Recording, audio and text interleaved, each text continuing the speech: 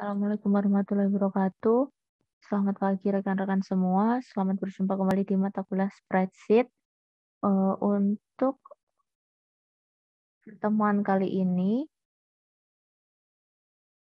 di pertemuan 13, kita akan membahas terkait dengan mengolah database Microsoft Excel. Dengan kemampuan akhir yang diharapkan yaitu mahasiswa dapat mengolah database dengan Microsoft Excel. Nah, untuk pokok bahasan yang nanti kita akan pelajari pada pertemuan kali ini, yang pertama yaitu mengurutkan data atau sorting data. Kemudian yang kedua, menyaring data atau melakukan filter. Kemudian advanced filter. Kemudian yang keempat, menggunakan fitur subtotal. Yang kelima, membuat pivot table, membuat slicer, dan kita mencoba membuat pivot chart. Oke, langsung saja ke materi yang pertama untuk mengurutkan data. Nah, untuk mengurutkan data di sini teman-teman melakukan suatu proses ya yang namanya sorting data atau pengurutan data. Itu merupakan suatu kegiatan yang dilakukan untuk mengurutkan data pada sebuah variabel tertentu. Nah, data sort atau mengurutkan data. Nah, kata kuncinya ini ya teman-teman ya. Kalau sorting berarti mengurutkan data. Nah, di dalam pengolahan Excel nanti akan terbagi menjadi dua teman-teman. Nah, teman-teman bisa perlu memperhatikan ya. Yaitu yang pertama ada ascending. Ascending ya. Nah, ascending ini mengurutkan data dari data yang terkecil ke data yang terbesar. Dengan teman-teman bisa ya merujuk kepada ikon ini ya teman-teman ya. Kalau ascending, kalau saya mudahnya pasti awalannya A tuh teman-teman. Jadi A to Z ya, A to Z. Jadi langsung dari atas ke bawah. Ini mengurutkan data dari yang terkecil ke yang terbesar. Kemudian ada pula teman-teman jenis pengurutan data yang kedua yaitu descending. Dengan mengurutkan data dari data yang terbesar ke data yang terkecil atau lawan katanya. Nah, untuk ikonnya nanti teman-teman melihat ya kebalikannya yaitu Z to A ya atau Z ke A. Jadi dari yang terbesar ke yang terkecil. Selanjutnya di sini untuk langkah-langkah mengurutkan data, nah, teman-teman nanti seperti biasa ya nanti di dalam satu workbook nanti kita tinggal melakukan blok ini ya data yang teman-teman ingin urutkan di blok dulu. Nah, ini ya. Kemudian nah ini teman-teman merujuk ke menu data teman-teman. Nanti milih menu data, kemudian klikkan di menu data, kemudian klik ke perintah sort. Teman-teman langsung pilih ke perintah sort. Kemudian kita lanjutkan di sini. Nah, nanti akan muncul teman-teman window baru atau kotak dialog baru di mana teman-teman bisa menentukan ya mengisi sort by. Nah, ini kita akan mengurutkan berdasarkan misalkan teman-teman kolomnya apa gitu yang ingin diurutkan. Kemudian di sini sort on. Nah, ini berdasarkan nilainya misalkan atau nanti bisa memilih ya di sini ada beberapa variasi. Kemudian order ya. Nah, ini order ini berdasarkan urutan yang ingin kita tentukan. Apakah misalkan dicontohkan di sini ya, memilih order atau urutannya berdasarkan misalkan tadi ya A to Z berarti dari yang terkecil ke yang terbesar. Kalau Z to A berarti yang terbesar ke yang terkecil. Nah, di sini teman-teman juga bisa memberikan tanda centang ya pada data as a header. Jadi di mana kalau misalkan bentuknya seperti ini tadi ya. Nah, ini ya apa namanya? Baris pertama itu merupakan judul ya dari masing-masing kolom. Nah, itu cukup langsung di checklist saja ya di sini ya. Berarti my data has a header gitu. Kemudian kita lanjut di sini. Nanti pada kotak dialog custom list ya. Nah, teman-teman bisa menentukan. Nah, di sini teman-teman nanti kalau untuk order, teman-teman kebetulan misalkan memilih ya, bukan yang A to Z atau Z to A. Nah, bisa milih custom list. Nah, untuk custom list, teman-teman bisa memilih nih di sini pilihan yang diinginkan. Ini ada beberapa ya urutan listing yang sudah ada ya dari Sunday, Monday, Tuesday, Wednesday dan seterusnya, Sunday, Monday, bla bla bla, Februari, Maret gitu ya, Januari, Februari dan sebagainya. Atau teman-teman ingin membuat urutan tingkatan sendiri ya. Misalkan di sini dicontohkan, teman-teman membuat sendiri tinggi, sedang, rendah misalkan. Kemudian teman-teman setelah melakukan entry tingkatan tadi, kemudian klik add, kemudian oke, nanti akan masuk teman-teman tingkatan yang teman-teman buat. Nah, nanti kemudian bisa diterapkan tuh, tinggal menyesuaikan ya. Kemudian kita lanjutkan ke pokok bahasan yang kedua, yaitu terkait menyaring atau memfilter data. Untuk memfilter data di sini merupakan suatu fitur ya, di mana berisi suatu program aturan dari Excel ya, yang akan menyeleksi dan menyaring baris data yang relevan dan dibutuhkan di suatu worksheet. Nah, untuk filter pada Excel itu akan menampilkan data yang disaring ya. Filter itu kan secara bahasa saring ya, teman-teman ya. Kata kuncinya menyaring ya. Nah, ini teman-teman cukup nih teman-teman nanti misalkan teman-teman ingin menampilkan data yang disaring hanya pada baris yang memenuhi kriteria yang misalkan teman-teman tentukan. Atau teman-teman bisa juga ini ya, dan menyembunyikan baris yang tidak ingin ditampilkan. Jadi hanya misalkan ya, ingin memunculkan baris tertentu saja. Nah, kriteria adalah suatu kondisi yang Anda tentukan untuk membatasi catatan mana yang termasuk dalam hasil filter. Nah, karena di sini menyaring ya sifatnya ya teman-teman. Teman-teman bisa menentukan mana yang kiranya baris memenuhi kriteria atau mana yang ingin ditampilkan dan mana yang tidak ingin ditampilkan gitu. Nah, untuk langkah-langkah menyaring atau memfilter data di sini sama seperti yang tadi ya teman-teman ya sebelum melakukan sorting, di mana kita juga melakukan ini ya blok. Kita melakukan blok data yang kiranya akan kita lakukan filter, kemudian kita coba bergeser ke menu data. Nah, kemudian kita pilih filter teman-teman yang simbolnya seperti apa nih alat saringan ya teman-teman. Kemudian kita ini ya teman-teman ya. Nanti teman-teman melihat ya pada masing-masing ini ya baris yang paling atas sendiri teman-teman, tepatnya pada judul dari kolom masing-masing kolom nanti akan muncul ini teman-teman tanda segitiga ya ketika setelah teman-teman melakukan filter. Nah, kemudian dari tanda tadi nanti teman-teman akan bisa memilih ya, mengklik ya pada tanda tadi.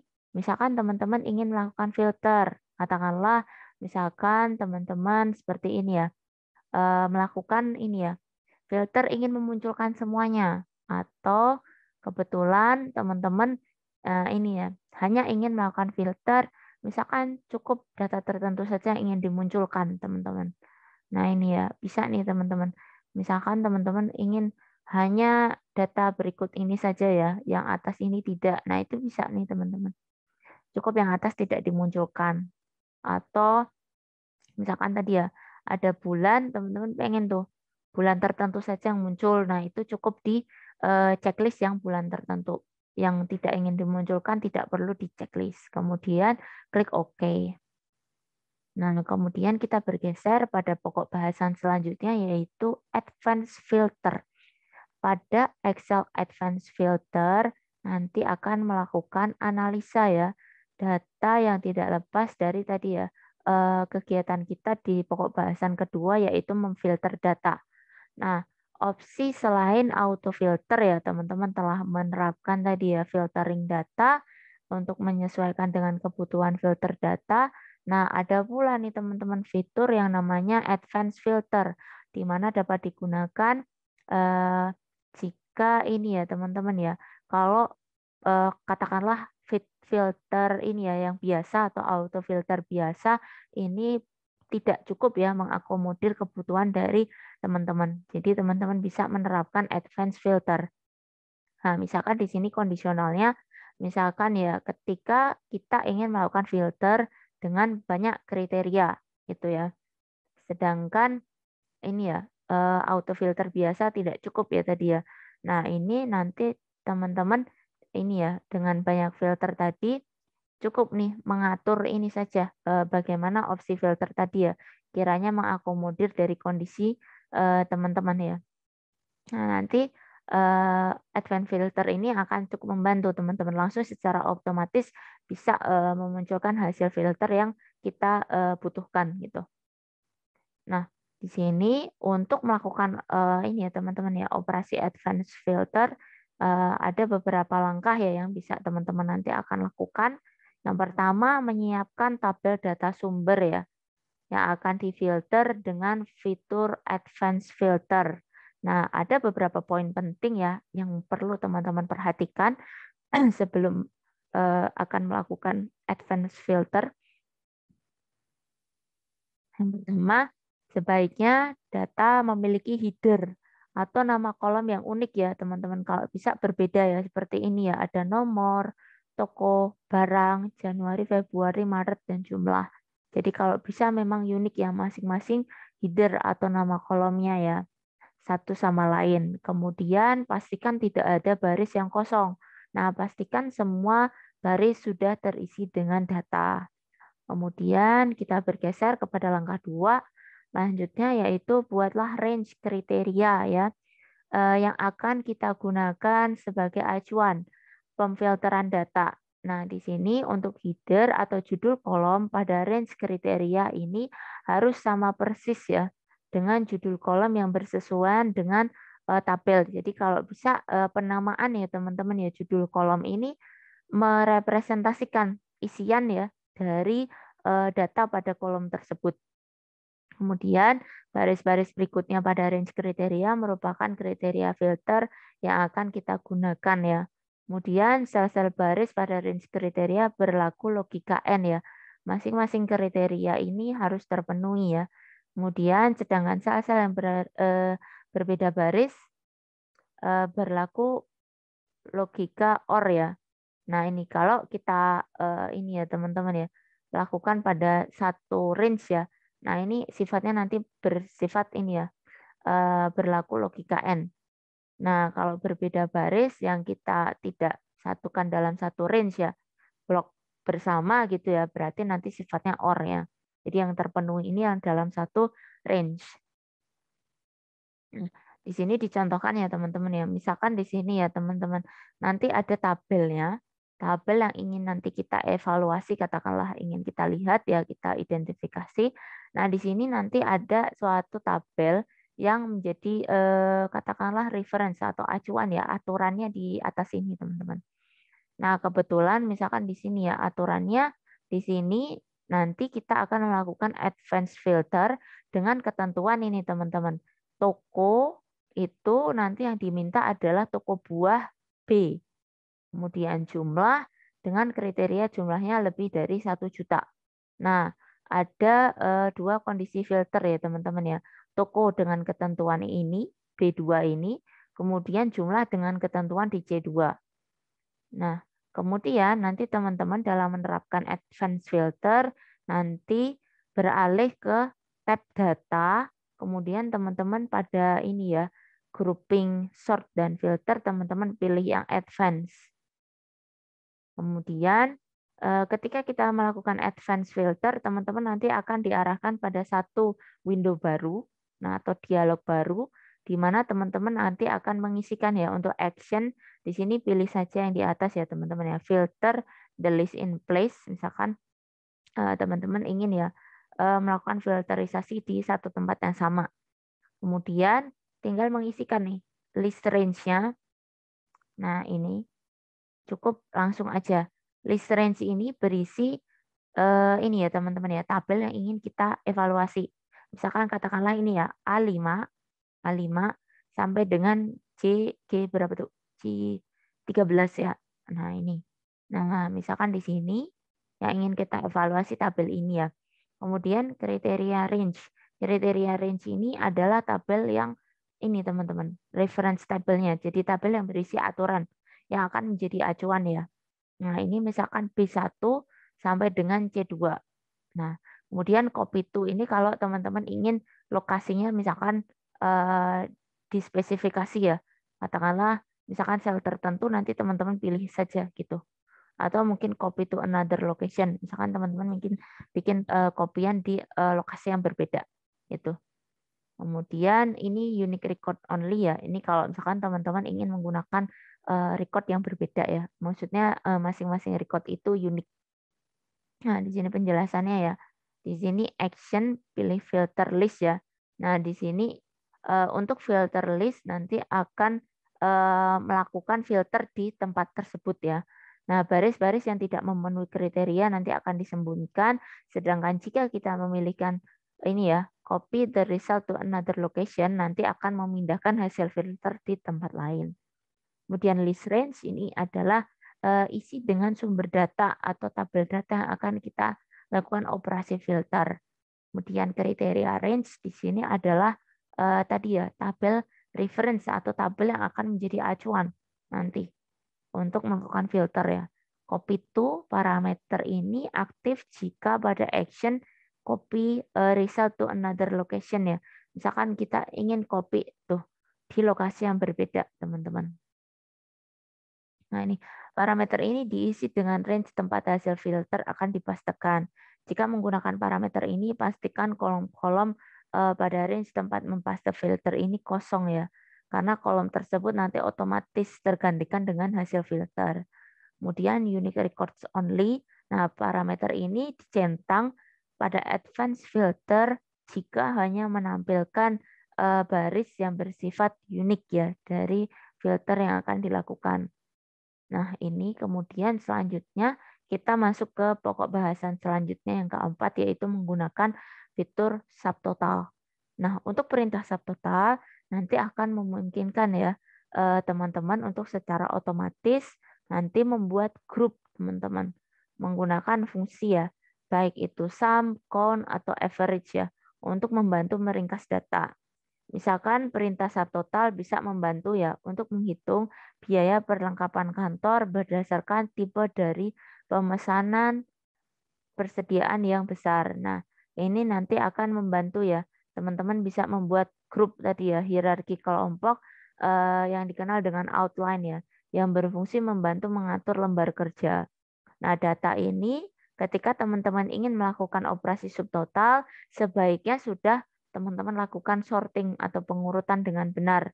Jadi nanti ketika dilakukan subtotal itu tidak ini ya berganda ya. Jadi sudah dibikin subtotal di atas, nanti ada lagi di bawahnya gitu ya. Jadi pastikan sudah dilakukan pengurutan dulu. Kemudian dalam contoh nanti kita akan menggunakan perintah subtotal ya untuk menghitung ya formulir pemesanan t-shirt untuk menentukan banyaknya t-shirt ya yang dipesan ya, baik ukuran small, medium, large, atau X large. Nanti kita akan membuat outline ya dari lembar kerja menggunakan ini ya teman-teman ya, kelompok untuk ukuran t-shirt. Kemudian kita menghitung jumlah total t-shirt masing-masing kelompok.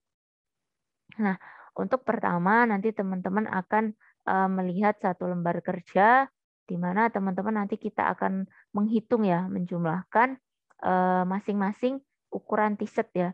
Nah, sehingga worksheet nanti telah posisinya ini teman-teman, nanti teman-teman akan diberikan suatu worksheet di mana posisinya telah berurut teman-teman. Sudah diurutkan untuk yang small ini sudah menjadi satu ya. Small ini sudah satu, kemudian medium sudah satu, jadi sudah terurut. Nah, kemudian teman-teman nanti bergeser ya teman-teman ya ke subtotal ya teman-teman ya. Nanti di data teman-teman menu data pilih subtotal. Kemudian kotak dialog subtotal nanti akan merujuk pada ini ya pilihan ya teman-teman ya. Bisa menentukan. Nah, ini teman-teman. Bisa kita merujuk kepada dialog subtotal, teman-teman pilih. Misalkan kita ingin ya melakukan tadi ya subtotal tapi di bagian kolom t-shirt size. Nanti teman-teman misalkan ya ingin melakukan operasi count. Karena kalau misalkan kita pakai sum, sum itu berarti harus ada data numerik teman-teman. Nah, sedangkan data kita tadi sifatnya bukan numerik ya. Jadi teks ya tadi ya isiannya ya small, kemudian string atau teks ya tadi ya small, medium ya, large gitu ya. Jadi bentuknya bukan angka gitu ya. Jadi tidak bisa menggunakan operasi sum. Jadi kita menggunakan count misalkan. Kemudian di sini kita masuk ke ini ya, checklist di bawahnya. Teman-teman bisa ini ya, menambahkan checklist untuk add subtotal ya di bawahnya ya. Nanti tuh ini ya, ukuran t-shirt size ya. Nah, nanti kemudian langsung jika kita telah menentukan kondisional seperti ini, langsung klik OK. Kemudian nanti teman-teman akan di apa namanya, ditampilkan ya teman-teman ya, hasil dari perhitungan tadi ya, hitungan tadi ya, di mana ini ya, kalau small nanti akan terhitung teman-teman, small count ini ya akan menambah satu baris perhitungan ya, misalkan ini small count untuk small ada 8, medium ada 10, jadi ada tambahan satu baris untuk perhitungan di bawahnya. Itu untuk pembuatan subtotal. Kemudian kita bergeser ke pokok bahasan selanjutnya, yaitu pivot table ya. Pivot table ini merupakan suatu alat yang digunakan ya untuk menghitung, meringkas, dan menganalisis data ya, untuk melihat perbandingan, pola, dan tren dalam satu data. Nah, untuk pivot table ini bekerja sedikit berbeda ya, tergantung platform yang digunakan untuk menjalankan Excel.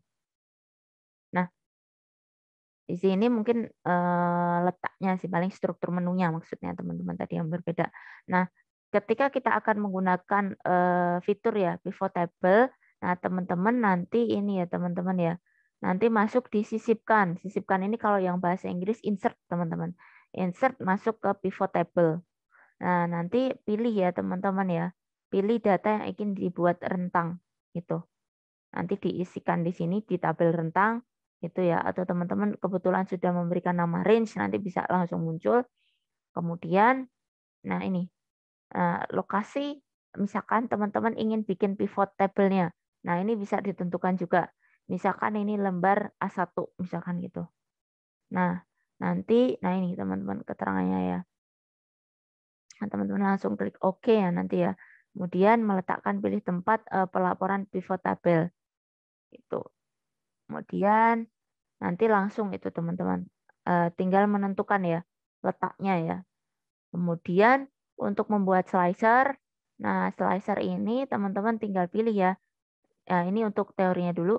Untuk slicer ini merupakan suatu fasilitas Excel yang berfungsi untuk melakukan filter data juga. Sama teman-teman, filter data secara interaktif ya. Nah, ini menggunakan slicer. Nah, slicer ini bisa dikombinasikan dengan timeline juga ya. Itu kalau ingin membuat misalkan berdasarkan timeline. Nah, untuk slicer nanti teman-teman merujuk kepada menu insert, kemudian teman-teman menggunakan slicer, filter di grouping filter ada slicer. Nah, kemudian ada beberapa objek yang dapat kita gunakan di dalam filter ya. Nah, ini ada ini ya, data table, format as table. Jadi teman-teman ingin menentukan ya tabel nanti di dalam data table teman-teman langsung ya format as table, kemudian pivot table, pivot chart, group function. Nah, mungkin nanti kita bahasnya sampai pivot chart ini sih teman-teman, sesuai bahasannya. Nah, berikut ini cara menggunakan slicer ya teman-teman ya. Misalkan teman-teman ingin menggunakan slicer, nah nanti buka file ya latihannya, kemudian teman-teman ini ya blok ya file apa namanya ini ya tabel yang teman-teman ingin evaluasi, kemudian teman-teman ini ya pilih ya di home format as table, pilih misalkan kategorinya, kemudian nah ini teman-teman. Nah, ini format as table. Kemudian kalau di atas itu ada judul kolom ya. Kemudian my table as header ya. Kemudian OK checklistnya. Kemudian teman-teman nanti akan dihadapkan satu bentuk ya. Ini ya teman-teman ya. Misalkan nanti teman-teman ingin ya menampilkan satu kendaraan misalkan ya. Nah, kita ingin slice ya. Hanya misalkan ini ya slicingnya itu cukup pada ini ya teman-teman ya tabel kolom ya, kebetulan kolom yang ingin teman-teman munculkan itu day sama car. Nah, nanti teman-teman bisa pilih tuh misalkan untuk teman-teman ingin tuh menampilkan jenis car-nya, misalkan mobilnya apa saja tuh. Kemudian day-nya berdasarkan hari, misalkan. Nah, itu nanti bisa ditentukan ya, teman-teman ya. Atau mungkin multi item. Misalkan teman-teman pilih beberapa jenis mobil, misalkan beberapa jenis harinya apa saja gitu bisa pilih juga. Itu untuk slicer. Nah, ini datanya seperti ini, teman-teman nanti. Nah, teman-teman bisa melakukan slicer. Misalkan car-nya ya, ini pengen Honda sama Nissan. Nah, nanti bisa diklik Honda sama Nissan. Kalau Honda saja, berarti klik Honda saja gitu. Kemudian day, ini bisa pilih juga nanti. Harinya misalkan teman-teman pengen hari apa yang dimunculkan. Apakah Monday saja, kemudian Wednesday. Nah, ini tinggal dipilih. Kemudian membuat pivot chart ya. Untuk pivot chart ini nanti merupakan salah satu fitur ya teman-teman ya. Di mana untuk bisa membuat grafik ya dari pivot tabel sebagai representasi data ya. Yang menggunakan pivot tabel ya. Yang dimana tadi pivot tabel tadi itu memang saling terkoneksi. Nah, untuk fungsi dari pivot chart ini adalah untuk membuat grafik secara instan ya dari pivot tabel yang telah kita buat. Nah, di sini nanti akan mempercepat ya kalau misalkan kita membuat grafik. Nah, nanti sebenarnya fitur di dalam Excel ini kan kita tadi sudah mengenal ya sorting, filtering, subtotal ya. Tapi kiranya teman-teman fitur tadi masih kurang mengakomodir kebutuhan teman-teman, teman-teman bisa menggunakan menu ya pivot table. Nah, ini ya pivot table tadi bisa merangkum ya, bisa melakukan operasi banyak hal ya, sorting, rata-rata penjumlahan dan sebagainya ya, mengeksplor tabel, meringkas ya, membuat tabel itu lebih fleksibel tergantung kebutuhan ya, dengan lebih cepat. Nah, di sini nanti teman-teman akan dihadapkan pada satu tabel di mana teman-teman nanti akan diminta untuk membuat ya pivot tabel ya, bentuknya seperti ini teman-teman. Awalnya bentuknya yang di atas ini ya. Kemudian nanti kita coba nih, kita buat pivotnya seperti ini teman-teman. Nah, nah berikut ini adalah beberapa manfaat ya menggunakan pivot table. Di antaranya ya, yang pertama membuat penyajian data itu ini ya menjadi berbeda ya dari data yang sama ya. Kita ingin datanya itu lebih mudah mungkin untuk dibaca. Kemudian yang kedua memindahkan field pada berbagai lokasi. Kalau dengan pivoting teman-teman tinggal ini ya menyesuaikan. Katakanlah teman-teman ingin memunculkan kolomnya apa saja. Kemudian nanti yang akan muncul di baris apa saja teman-teman bisa tinggal menyesuaikan. Kemudian menentukan field atau kolom mana saja yang akan ditampilkan. Nah, ini sama ya menyesuaikan juga. Kemudian melakukan kalkulasi. Kebetulan misalkan teman-teman ingin combine dengan sum, count, average itu juga bisa. Kemudian melakukan filter untuk menampilkan nilai data mana saja yang akan ditampilkan. Kemudian membuat laporan dalam bentuk lain. Kemudian membuat pivot chart ya. Kita bikin tadi ya pivot chart tadi berdasarkan pivot table yang telah kita buat gitu. Kemudian persiapan membuat pivot table. Nah, di sini nanti akan ini ya teman-teman ya. Teman-teman harus pastikan bahwa tidak ada baris dan kolom yang kosong ya. Jadi pada range yang kita akan evaluasi tadi pastikan semuanya sudah terisi ya. Kemudian jika ada yang kosong silakan dihapus dulu. Kemudian setiap kolom pada data ini harus mempunyai nama yang unik. Kemudian usahakan header kepala kolom jangan terlalu panjang. Jadi kalau bisa singkat dan sudah merepresentasikan kondisi isian di dalam baris-barisnya. Kemudian hindari penggunaan merge cell ya. Kalau bisa kita tidak merge-kan. Itu. Kemudian tipe data pada setiap kolom itu harus sama ya. Kalau bisa misalkan katakanlah di dalamnya itu isiannya tanggal ya sudah tanggal saja gitu. Kalau numerik angka ya numerik saja gitu. Kemudian sangat dianjurkan menerapkan format table ya. Hal ini untuk mempermudah dalam pembuatan pivot table. Kemudian selain mengatur sumber data sebagai format table bisa menentukan ini ya, define range. Untuk menamai range ya. Teman-teman misalkan seperti kemarin ya, kita telah belajar cara memberikan nama range. Nah, teman-teman bebas tuh bisa memberikan nama dulu ke range-nya. Misalkan untuk mempermudah ya ketika kita ingin melakukan operasi di pivot table. Nah, ini untuk sumbernya. Saya kira demikian untuk materi ya secara konseptual. Nanti kita akan beralih ke percobaan menggunakan Excel. Sebentar, saya coba persiapkan dulu.